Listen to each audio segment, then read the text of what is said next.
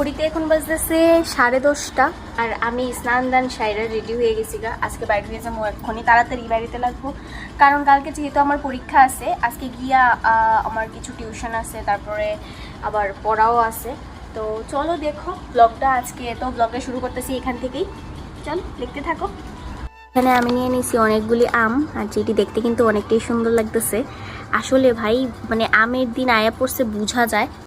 আম আয়া পাইকাও গেছে গা, মানে কাঁচা আমের ভর্তাও খাইতে পারছি না ভালো করে।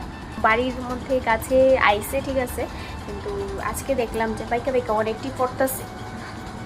A few moments later. আর আমাদের এদিকে বিশ্বাস করতে না এত পরিমাণ গরম ফালাইছে। রাধানগর স্ট্যান্ডে আয়া নিয়ে নিলাম কয়েকটা খাইবার জিনিস। জানি গাড়িতে বইবার পরে অবস্থাটা খুবই খারাপ হয়ে যাবে, ঠেকান খাইতে খাইতে পেটটা ভইরা যাবো, বাট স্টিল টাকা না খরচ করলে তো হইতোই না। আর এখন ওয়েদারের কথা কইয়া তো লাভই নাই, হঠাৎ করে এত পরিমাণ রোদ উড়ে মানে তুমি আকাশের নিচে যাইতেই পারতা না। আর ক্ষণে মেঘ কালো করে এত পরিমাণ বৃষ্টি আয়ে যা মানে কল্পনার বাইরে। এক সুট তুফান হয়ে যাইবার পরে উঠে গেল রোদ, আর আমি যেতেছিলাম গা এদিকে বাড়িতে। রুমে গিয়ে সিঁড়ি প্রথম কাজ হইলো আমার এই লিচুগুলিরে চুকলা ফালাই সিঁড়ায় এগুলি দিয়ে একটু ভর্তা বানানি, কারণ চুক্কা খাইবার আজকে অনেকদিন ধরে ইচ্ছে হইতেছে। তারপর আর কি ম্যাজিকের মতো এটারে ছুললে এটারে একটু লঙ্কা আর নুন দিয়া ভালো করে মাখায় নিলাম। আর এটা মাখানোর পরে যা সুন্দর গন্ধ বাইরিছে, ওই গন্ধেই আমার পেটটা ভইরা গেছে। আর এটা খাইতে তো দারুণ টেস্টি হয়েছিল। মন ভইরা লিচু ভর্তা খাইবার পরে বাইরে দেখি বাইরের অবস্থা তো খুবই বিপজ্জনক, মানে এত পরিমাণ কালো করছে আকাশ। তারপরে হুট করে নাইমা গেল বৃষ্টি। আর ভাবো তো ঘড়িতে কয়টা বাজতেছে এখন, মানে আজকের দিনটা আমার এইভাবেই কাট। চলো দেখা হইতেছে নতুন আরেকটা ভিডিওতে, ততক্ষণে লেগে বাই।